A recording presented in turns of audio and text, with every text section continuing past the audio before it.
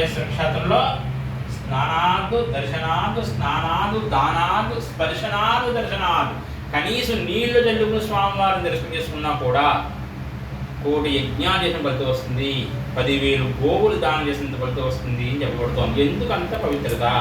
ఈ ప్రాంతానికి సముద్రుడు వచ్చినప్పుడు గోదావరి సముద్రుడిని కోరింది, నాథా పంచభూతాలు ఉన్నంతలో కూడా సదాశివుడు త్రిమూర్తులు ఈ గోదావరిలో సంచరిస్తూ ఉండాలి, మనం కూడా వారితో పాటు ఈ ప్రాంతంలో నివసిస్తూ ఉండాలి.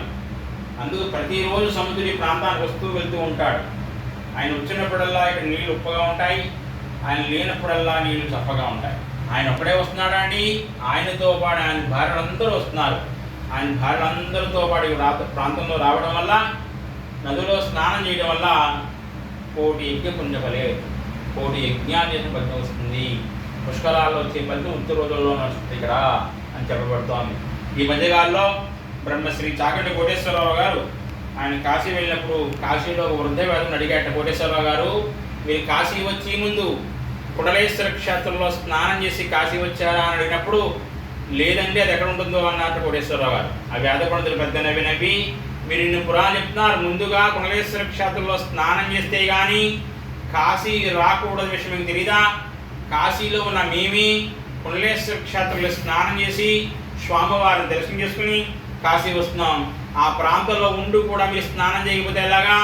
కాశీతో సమానమైన క్షేత్రం చెప్పడంతో నిర్ఘాంతపోయి కాశీ పురాణం తిరిగేసి ఆయన 2-3 చోట్ల ప్రవచనాలు చెప్తూ కాశీ వెళ్ళి వారందరూ కూడా ముందుగా కుడలేశ్వర క్షేత్రంలో స్నానం చేసి స్వామివారి దర్శనం చేసుకుని కాశీ వెళ్ళని చెప్పడంతో చాలామంది దర్శనార్థం వస్తున్నారు.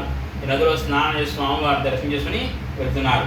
అలా కాశీ వెళ్ళి ముందు కుడలేశ్వర క్షేత్రం ఎందుకు స్నానం చేయాలి, కాశీకి దీనికి సంబంధం ఏంటి అనే విషయాన్ని ఇంకా మనం లోతుగా పరిశీలిస్తే, కాశీలో ఇక్కడ స్నానం చేసి కాశీ వెళ్ళామనుకోండి, మనం కాశీ వెళ్ళగానే గంగలో మునగగానే గంగాదేవి ఉంటుందిగా.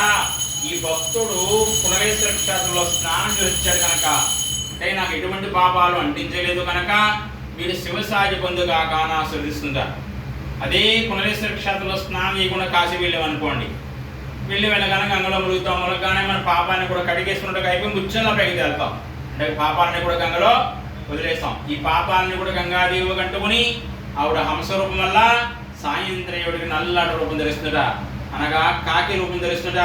ఆ కాకి రూపం పోవడం కోసమని రాత్రి వేళడు కాకి రూపంలో వచ్చి కుడలేశ్వర క్షేత్రంలో స్నానం చేసి మర్నాడు హంస రూపంలో ఉద్భవిస్తుంది ఇది కాశీపురం అని చెప్తాను.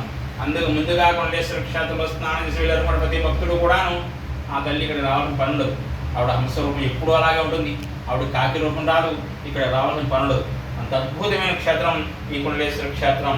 భారతదేశంలో ఎక్కడా కూడా ఏ దేవాలయం పైన అనగా గోపురం పైన మా దేవాలయం మీద ఉన్న శివలీలలు ఏ దేవాలయం మీద కూడా లేవండి.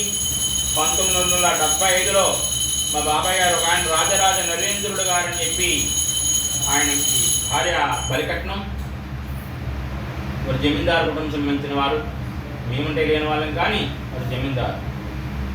100 తులాల బంగారంతో ఆవిడ కాపాడనకు వచ్చింది. 65లో ఇప్పుడు వివాహం అయింది.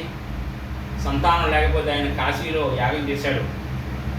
యాగం చేస్తే సంతానం కలిగారు కానీ కురుట్లోనే పోతే, అంటే ఆయన భార్య 100 తులాల బంగారం సగ బంగారం అమ్మేసి కాశీలో యాగం చేశాడు. ఆయన పుట్టారు కానీ కురుట్లోనే కాలం చేస్తే మనస్తాపం చెంది కాశీతో సమానమైన క్షేత్రం చెప్తున్నాం అందరికీ. మనం ఈ కుడలేశ్వర క్షేత్రాన్ని అభివృద్ధి చేద్దాం, ఈ స్వామి ఖర్చు పెడదాం, మిగతా బంగారం ఇచ్చి అన్నట్ట భార్యని.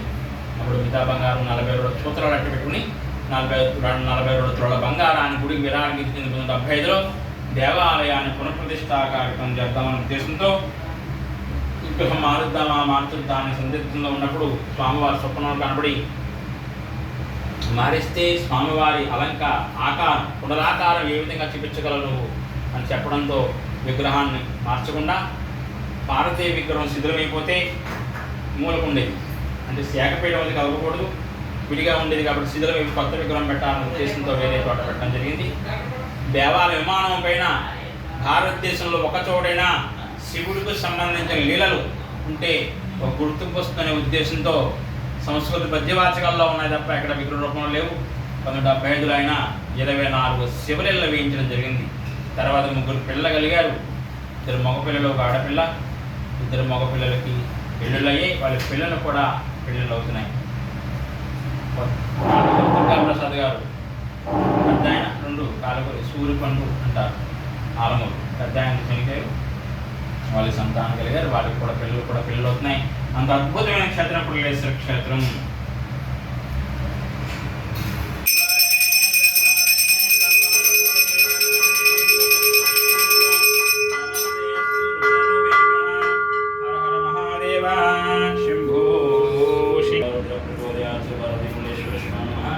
వేదోక్త శుభ శ్రీ మంత్రపుష్పయామి.